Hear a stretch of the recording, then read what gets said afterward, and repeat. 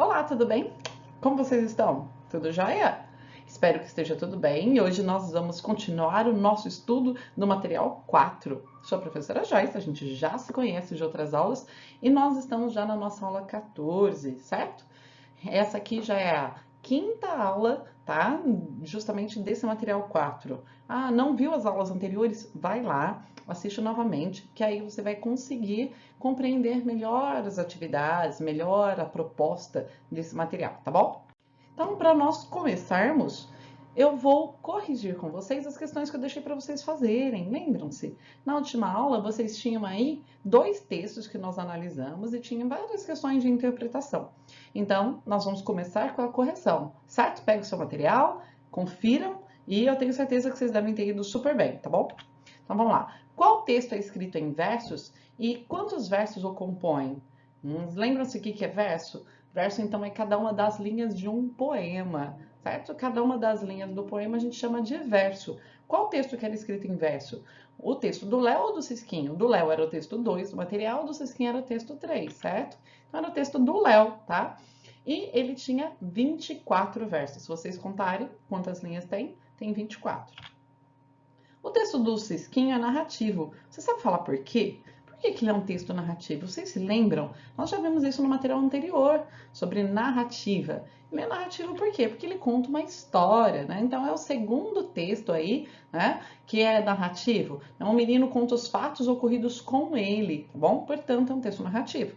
Além disso, ele apresenta aí os elementos da narrativa. Vocês lembram quais são? Personagens, tempo, espaço, narrador e enredo. Então, sempre quando eu tenho todos esses elementos da narrativa, eu tenho um texto narrativo. Tranquilíssimo. Então, olha a próxima questão. Que assunto é tratado nos dois textos?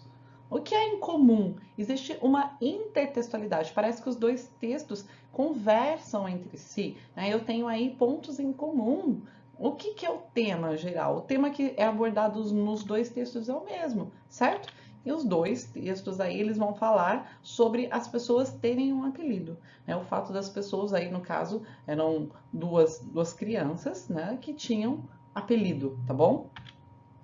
Qual menino se sentia ofendido pelo fato de ter um apelido? Justifique sua resposta. Dos dois, entre o Léo e o Cisquinho. Quem que ficava mais ofendido? Quem se magoava mais? Tá? Quem era? É o menino do texto 1, é o Léo, tá? Porque ele ficava triste, sofria muito com isso. A sua autoestima realmente ficava bem abalada, tá? Quando os outros os chamavam pelo apelido. Na sua opinião, e aí? O que é ser um menino e o que é ser um mocinho? Tinha num dos textos essas duas expressões. Qual a diferença? Vocês conseguiram entender? É uma resposta pessoal, mas de uma forma geral, né? Ser um menino aí é uma criança mais nova, né? Ser um mocinho seria talvez mais velho, um pré-adolescente, né? Alguém que já está perto da adolescência. Um menino também ele brinca mais, se diverte mais. O mocinho ele vai ter mais responsabilidades, né? Ele vai compreender melhor as coisas. Então, a gente tem várias possibilidades de interpretação. 7. Escreva as características físicas de Léo. Então, essa aqui é bem tranquilo. Por quê? Porque é uma informação explícita. Está lá no texto. Bastava que você lesse novamente o texto que você encontraria. Certo? Então, o Léo era um menino muito magro, parecia uma pena. Então, eu tenho essa descrição dele. 8. Os dois meninos se pareciam fisicamente? Explique sua resposta. E aí, como que era o Cisquinho? Por que ele tinha esse apelido? Pensa, Cisquinho, porque ele era pequenininho, baixinho. Então, o menino do texto 1, o Léo, né, ele parecia uma pena, ele era bem magro. Já o do texto 2, não. Ele era um Cisquinho porque ele era baixinho. Então, eles são parecidos fisicamente? Não, tá? Eles não eram parecidos fisicamente. E quanto às características interiores aí do Léo do Cisquinho? Eles eram parecidos? Justifique sua resposta. Né? Ambos eram diferentes, certo? Por quê? Porque o Léo, ele era triste, ele vivia aborrecido por causa do apelido. Né? Ele ficava muito mais chateado.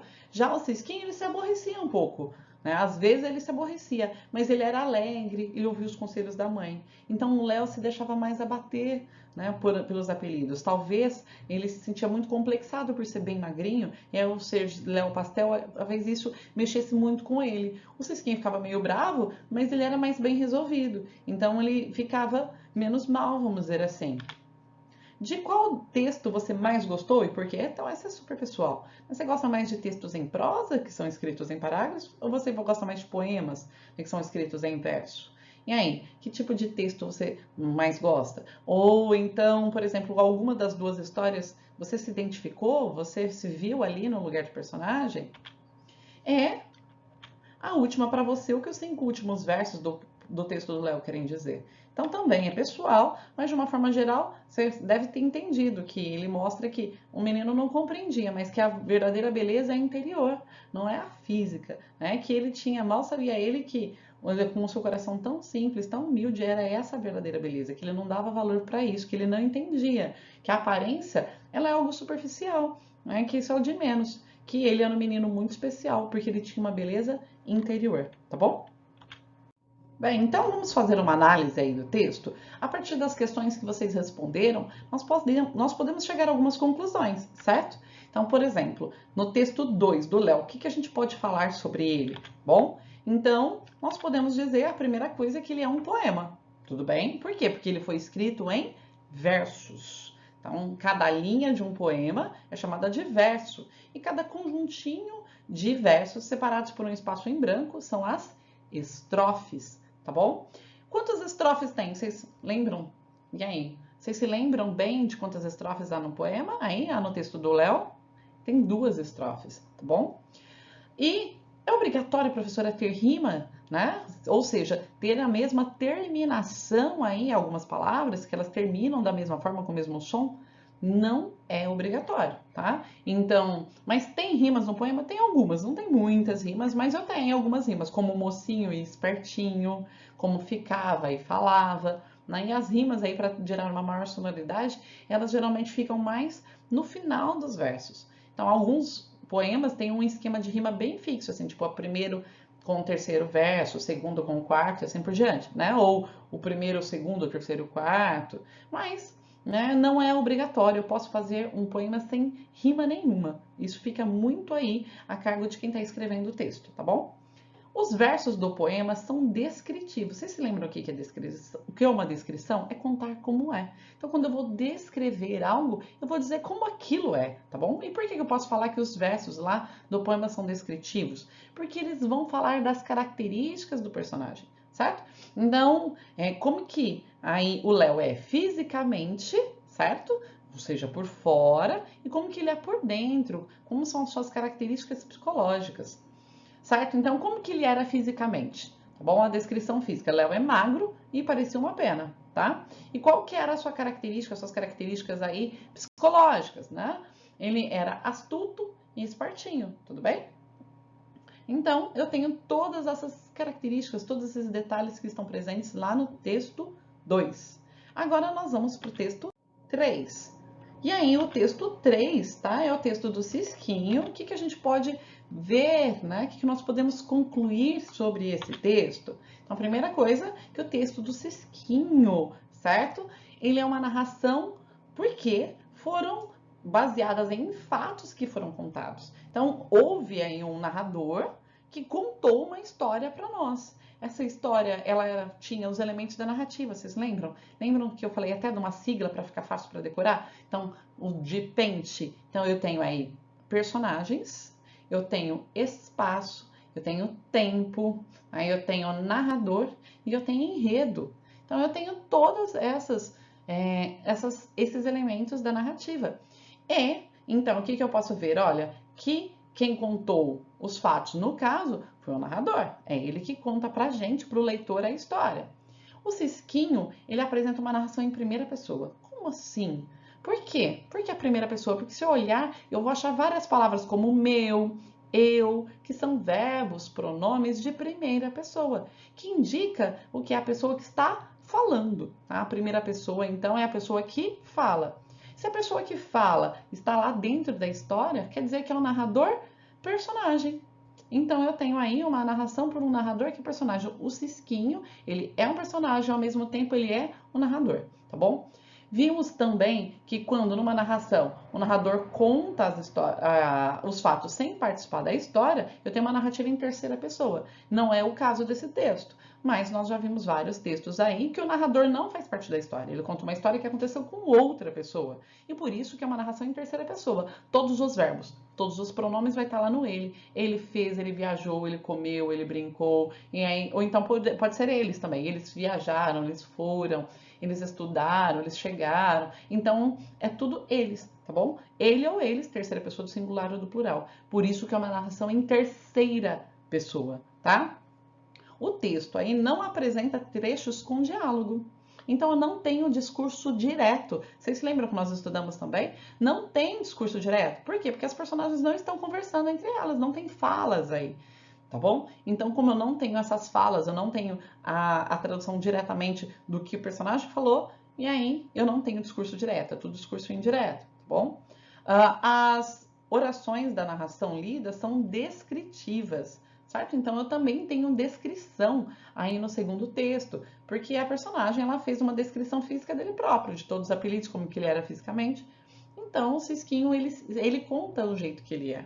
Certo? Então, eu tenho elementos descritivos nesse texto também. Viram como foi tranquilo, fácil? Alguma dúvida sobre isso? Muito fácil, não é? Qualquer coisa, leiam novamente. Observem todas essas características lá no texto. E aí? Agora, como vocês perceberam, uns gostam de apelido, outros não, certo? Então, a gente tem que tomar muito cuidado com os apelidos, né? Eu tenho que pensar sempre que eu não posso fazer para o outro o que eu não gostaria que fizesse comigo. Então, eu gostaria que me chamassem de apelido, por algum apelido? Será que o outro está gostando? Eu não posso colocar um apelido só para zoar, para irritar, para perturbar. Isso é bullying. Né? Então, quando eu coloco esse apelido para chatear, para perturbar, um apelido que vai diminuir o meu amigo, o meu colega, eu estou fazendo uma coisa ruim. E muitas vezes algumas pessoas sabem levar numa boa os apelidos, mas outras não. Outras, às vezes, é um apelido de uma característica que a pessoa não gosta em si mesma e aí ele fica muito mal por causa disso. Pensa como exemplo o Léo, né? Como que ele ficava mal por causa disso. E então nós devemos sempre, sempre, sempre respeitar o nosso próximo, certo? Claro, eu tenho apelidos aí que são carinhosos, né? Eu tenho apelidos que são abreviações do próprio nome. Tem muita gente que prefere a Bia em vez de Ana Beatriz, né? Ou Dani em vez de Daniel, e assim por diante. Então, se a pessoa gosta, se é um apelido carinhoso, ok. Mas se é um apelido no sentido de pra zoar e o meu colega não gostou disso, alguns não se importam, levam numa boa. Mas se eu noto que aquele apelido ele não tem uma intenção carinhosa, ele tem uma intenção realmente de ofender, de agredir, de criticar, certo? Não é legal, tá? Então, lembra-se sempre disso. Nunca faça para o outro aquilo que você não gostaria que fizesse para você, tá? E todos, sem exceção, têm um nome e um sobrenome. E somos importantes por isso. Todos nós temos um nome. Todos nós recebemos dos nossos pais, avós, de quem tenha sido, um nome. Nós somos registrados, temos um sobrenome. Isso nos individualiza, nos torna únicos, tá? E você sabe qual que é a origem do seu sobrenome? Todos os sobrenomes têm uma origem. Você sabe de onde veio? Às vezes aquele sobrenome é de um outro país, às vezes aquele sobrenome ele é muito comum, ele tem algumas características, ele quer dizer alguma coisa em específico, certo? Então, está na hora da pesquisa em ação. Vamos lá? Vamos trabalhar um pouquinho mais essa questão da pesquisa, da descoberta, da investigação. O que vocês vão pesquisar? Vocês vão pesquisar em casa aí qual que é a origem do seu sobrenome. Será que seus pais sabem? Pesquisa também na internet. Né? De onde vem o seu sobrenome? O que ele quer dizer? Ele é comum, não é? Né? Ah, eu tenho 2 sobrenomes. Ótimo, pesquise os 2. Ah, eu tenho só um sobrenome. Ah, eu tenho um sobrenome, um que veio da minha mãe e um que veio do meu pai. Pesquise os 2. São o seu nome, o seu sobrenome que tornam vocês especiais, certo? Então aprenda um pouquinho mais sobre a sua família, certo? Se você estiver na escola, você pode ler depois a sua pesquisa para o professor, para os seus amigos. Mas se você estiver em casa, não estiver indo à escola, manda uma foto para o seu professor que tenho certeza que ele vai adorar. É mais uma atividade para ele conhecer melhor você e para ele avaliar aí o quanto você está se esforçando para se tornar um pesquisador. Bom, e aí para nós finalizarmos, tem uma frase aí do Toquinho e do Elifas Andreato que diz o seguinte: todas as coisas têm nome, né? Casa, jardim, janela, jardim. Coisas não têm sobrenome, mas gente sim. Então, todas as coisas têm sobrenome. Todas. Tudo a gente tem. Todas as coisas têm um nome, né? Então, casa, janela, jardim, tudo isso tem nome. Todos os objetos, sensações, emoções, mas sobrenome, não. Sobrenome, somente as pessoas. Só gente tem sobrenome. Então, aprenda um pouquinho mais sobre os seus e a gente se vê, então, na próxima aula, tá bom? Um beijo e até mais!